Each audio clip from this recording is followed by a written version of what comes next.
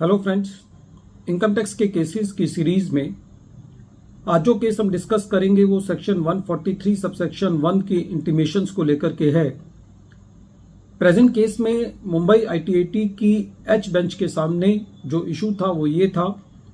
कि क्या section 143 subsection 1 की इंटीमेशंस के द्वारा डिबेटेबल या कंट्रोवर्शियल इश्यूज पर एडजस्टमेंट की जा सकती है। यही इशू ऑनरेबल ट्रिब्यूनल ने अपने एक case Nariman point association versus income tax officer exemption के केस में डिसाइड की और ये case 125 ITR tribunal short notes page number 1 पर रिपोर्ट हुआ और इस केस का जजमेंट 16 जून 2025 को आया। Present case assessment year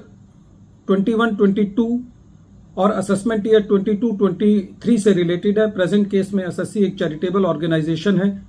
SSC ने अपनी इनकम टैक्स की रिटर्न फाइल की और फॉर्म 10 फाइल किया। जब सीपीसी ने एसएससी की रिटर्न और फॉर्म 10 को एनालाइज किया तो ये पाया कि दोनों के अंदर कोई फिगर्स में डिफरेंस है और इसकी वजह से एसएससी की कुछ अपवर्ड एडजस्टमेंट्स की गई। एसएससी ने इस सेक्शन 143 सबसेक्शन 1 के ऑर्डर के अगेंस्ट सेक्शन 154 की रेक्टिफिकेशन एप्लीकेशन डाली जो कि एज यूजुअल रिजेक्ट कर दी गई। एसएससी ने सेक्शन 154 के ऑर्डर के अगेंस्ट लर्नेड सीआईटी अपील के पास अपील फाइल की और सीआईटी अपील ने एसएससी की अपील को यह कह के रिजेक्ट कर दिया कि प्रेजेंट केस में जो इशू इन्वॉल्व है वो कंट्रोवर्शियल इशू है, इसलिए ये सेक्शन 154 का मैटर नहीं है। एसएससी ने ट्रिब्यूनल में अपील फाइल करी। एसएससी का यह कहना था कि जब लर्नेड सीआईटी अपील का यह कहना है कि प्रेजेंट मैटर कंट्रोवर्शियल है तो ऐसे केस में एसएससी के मुताबिक सेक्शन 143 सबसेक्शन 1 के अंदर कंट्रोवर्शियल या डिबेटेबल इशू को सेक्शन 143 सबसेक्शन 1 में कंसीडर नहीं किया जा सकता। जब ये मैटर ट्रिब्यूनल ने सुना तो ट्रिब्यूनल का यह कहना था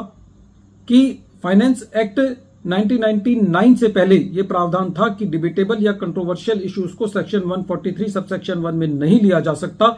लेकिन फाइनेंस एक्ट 1999 के द्वारा 1 जून 1999 से जो एक रिक्वायरमेंट थी कि खाली वही एडजस्टमेंट की जा सकती है जो कि प्राइमा फेशी एडमिसिबिलिटी है या नॉन एडमिसिबिलिटी है, उसको डिलीट कर दिया गया है। और ट्रिब्यूनल का यह कहना था कि प्रेजेंट केस में एसएससी का यह सबमिशन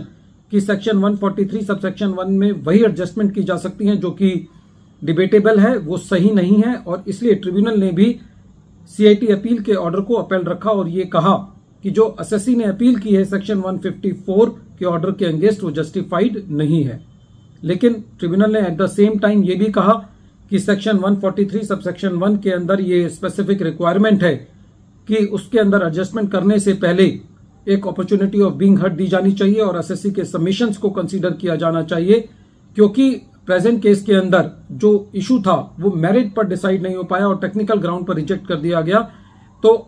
ऐसे केस में एसएससी को एक मौका दिया जाना चाहिए कि एसएससी जो है वो सेक्शन 143 सबसेक्शन 1 की इंटीमेशन के अगेंस्ट सीआईटी अपील के पास अपनी अपील फाइल करे और एसएससी को ये कहा और ऑर्डर में ये लिखा कि एसएससी जो है वो अपनी कंडोनेशन की एप्लीकेशन फाइल कर सकता है और सीआईटी अपील उसको मेरिट पर सुने। फ्रेंड्स, ये केस इसलिए इंपॉर्टेंट है कि जब सेक्शन 143 सबसेक्शन 1 की इंटीमेशन इशू की जाती हैं तो एसएससी के दिमाग में यह आता है कि इसके अगेंस्ट अपील फाइल करे या रेक्टिफिकेशन फाइल करे।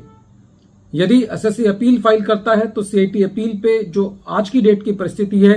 वो ये है कि एसएससी का सालों साल